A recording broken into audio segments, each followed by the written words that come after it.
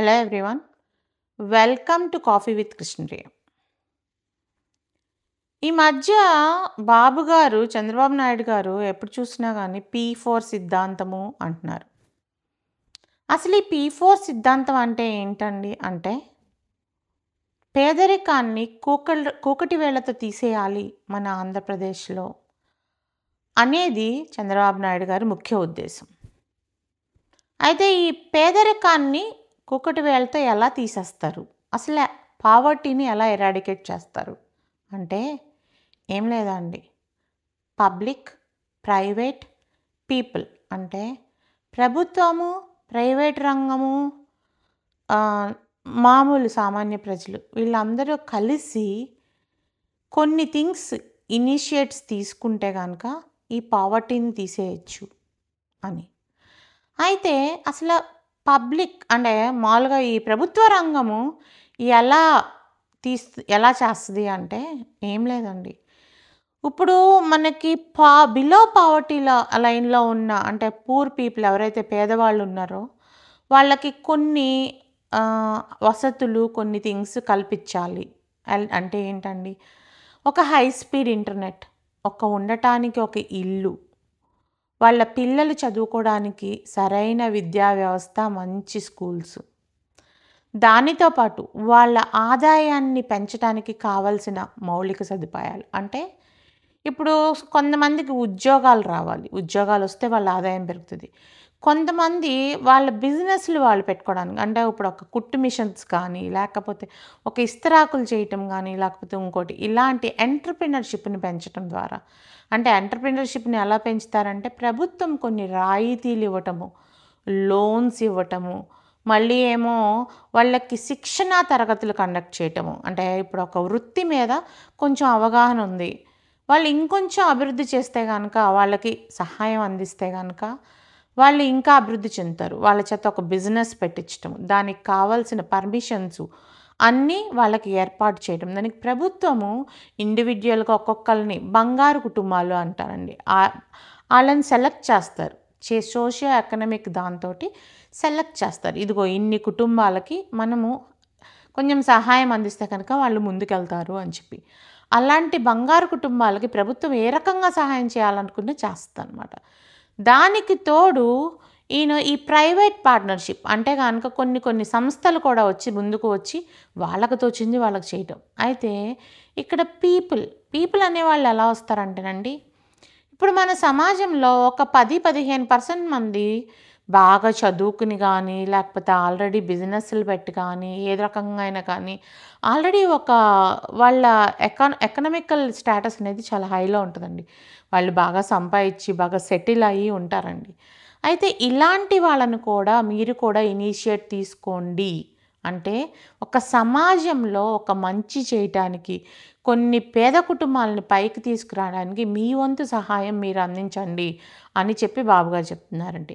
అంటే ఇప్పుడు మీరు అనుకోవచ్చండి, ఏమండి మేము ఎలా అందిస్తాం సహాయము అంటే, వాళ్ళ పేరు మార్గదర్శులు అన్నారండి. ఈ మార్గదర్శులు ఏం చేస్తారంటేనండి, వాళ్ళు ఫైనాన్షియల్ హెల్ప్ చేయొచ్చు ఈ కుటుంబాలకి. లేకపోతే వాళ్ళ పిల్లల్ని చదివించటానికి వాళ్ళకు ఫీజులు, వాళ్ళకి బుక్సు, యూనిఫార్మ్సు, లేకపోతే గనుక వాళ్ళకి ట్రాన్స్‌పోర్టేషన్ చార్జెసు వీటన్నిటికీ హెల్ప్ చేయొచ్చు. అయ్యా! నా దగ్గర అన్ని డబ్బులు లేవండి. నేను కూడా ఒక సామాన్యంగా ఇప్పుడిప్పుడే మా పిల్లల్ని చూసుకుంటా అంత సెటిల్ అవుతున్నాము, మేమెలా హెల్ప్ చేస్తాము అని కొంతమంది. లేకపోతే అసలా మేము ఏ రకంగా చేయొచ్చు అంటే మనీ ఫైనాన్సెస్ ఇన్వాల్వ్ అవ్వకుండా అంటే చాలా సింపుల్ అండి. అది కూడా ఉంది. ఏంటంటే మీరు ఆ కుటుంబానికి ఒక మెంటర్ లాగా, అంటే అమ్మ మీరు ఈ రకంగా చేస్తే కనుక మీకు ఈ పథకాలొస్తాయి. లేకపోతే మీ పిల్లల్ని ఈ రకంగా చదివిస్తే గనుక రేపొద్దున భవిష్యత్తులో వాళ్ళు చాలా వృద్ధి చెందుతారు. వాళ్ళు ఒక లెవెల్‌లోకి రీచ్ అవుతారు. వాళ్ళు గనక సక్సెస్‌ఫుల్ అయితే గనక మీ ఫ్యామిలీ మొత్తం మంచిగా ఉంటది అనేది వాళ్ళతో కూర్చొని చెప్పగలగాలండి. లేకపోతే ఒక ట్యూషన్స్ పెట్టడానికి వాళ్ళకి హెల్ప్ చేయడము పిల్లలకి. వీటన్నిటికి తోడు ఇంకొకటి కూడా ఉంది. ఏంటంటే వాళ్ళు బిజినెస్ పెట్టుకుందాం అనుకున్నారనుకోండి, వాళ్ళ బిజినెస్‌కి కావాల్సిన ఫైనాన్షియల్ హెల్ప్ కానీ, లేకపోతే మెంటర్‌షిప్ కానీ, గైడెన్స్ ఇట్లాంటివి. ఇప్పుడు నేను ఇందాక నైపుణ్య శిక్షణ అన్నాను చూడండి. అలాగే దానిలో కూడా మీరు చేయొచ్చు. ఇప్పుడు కొంతమంది సాఫ్ట్‌వేర్ పీపుల్ ఉన్నారు. లేకపోతే మీరు ఒక దాంట్లో నిష్ణాతులై ఉండొచ్చు. మీరు వెళ్ళి గనక సమాజంలో ఇన్వాల్వ్ అయ్యి, వాళ్ళ ఇలాంటి కొంతమంది యువతని తీసుకొని వాళ్ళకి ఫ్రీ ట్రైనింగ్ సెషన్స్ ఇట్లాంటివి కూడా చేయొచ్చు. ఇలా ప్రతి ఒక్కరు ఇన్వాల్వ్ అయితే ఏమవుతుందంటేనండి, ఈ P4 సిద్ధాంతం ప్రకారము ఆ కుటుంబంలో మూలమైన ఒక పెద్దాయనకి గాని హెల్ప్ చేయటం గాని, అంటే ఒక మనీ ఎర్న్ చేసే ఒక పెద్ద ఇంటి పెద్దకి హెల్ప్ చేయటం గాని, లేకపోతే వాళ్ళ పిల్లల్ని చదివించి నెక్స్ట్ జనరేషన్ బాగుండేటట్టు చేయటం. ఇట్లా చేయొచ్చండి. ఇది P4 సిద్ధాంతం. అయితే మీకేం తెలుసమ్మా మీరు మాట్లాడుతున్నారో అనుకోవచ్చండి P4 సిద్ధాంతం గురించి. ఒక విషయం చెప్తానండి. బాబుగారు ఎలక్షన్ ముందు వైజాగ్‌లో మీటింగ్ పెట్టినప్పుడు మహాసభలో P4 సిద్ధాంతం గురించి ఫస్ట్ మాట్లాడారండి. ఆ రోజున ఇది నా మనసుకి చాలా హత్తుకుందండి.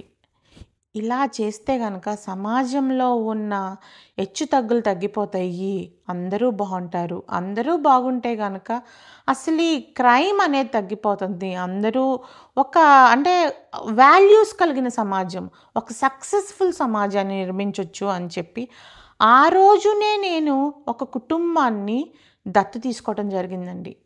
వాళ్ళ ఆ పాపకి నేను అప్పటి నుంచి కూడా చదువుకి ఫీజు పే చేస్తున్నాను. రోజూ మాట్లాడతాను వాళ్ళతోటి. ఇది ఇలా చేయాలి, అది అలా చేయాలి అని గైడెన్స్ ఇస్తాను. ఇప్పుడు వాళ్ళు నా జీవితంలో ఒక పార్ట్ అయిపోయారండి. నేను వాళ్ళ జీవితంలో ఒక పార్ట్ అయిపోయాను. అదండి. అంటే నేనెప్పుడు కూడా ఒక సిద్ధాంతాన్ని నేను నమ్మినప్పుడు ఫస్ట్ నేను చేసి 10 మందికి చెప్తానండి. నేను చేయకుండా ఏదో చెప్పేస్తే మీరు అనుకోవచ్చండి, ఏంటి చెప్పటం చాలా ఈజీ, చేయటం చాలా కష్టం. ఎలా చేస్తాము? అంటే మేము కష్టపడి సంపాదించుకున్న డబ్బులు వేరే వాళ్ళకి పంచాలా? అనుకుంటారండి. తప్పేమీ లేదండి. అంటే ఐయామ్ నాట్ సేయింగ్ థాట్ అంటే ఏదో మీరు అన్నీ వదిలేసుకొని అందరికీ హెల్ప్ చేయండి అని నేను చెప్పట్లేదు. మీరు సంపాదించిన దాంట్లో కూసంత సమాజానికి కూడా ఇవ్వండి. ఎందుకని అంటే ఆ సమాజంలో ఉన్న రిసోర్సెస్‌ని యూజ్ చేసుకొని, ఆ స్కూల్స్‌ని యూజ్ చేసుకొని, ఆ ఉన్న వాటినన్నిటిని యూజ్ చేసుకునే మీరు కూడా పైకొచ్చుంటారండి.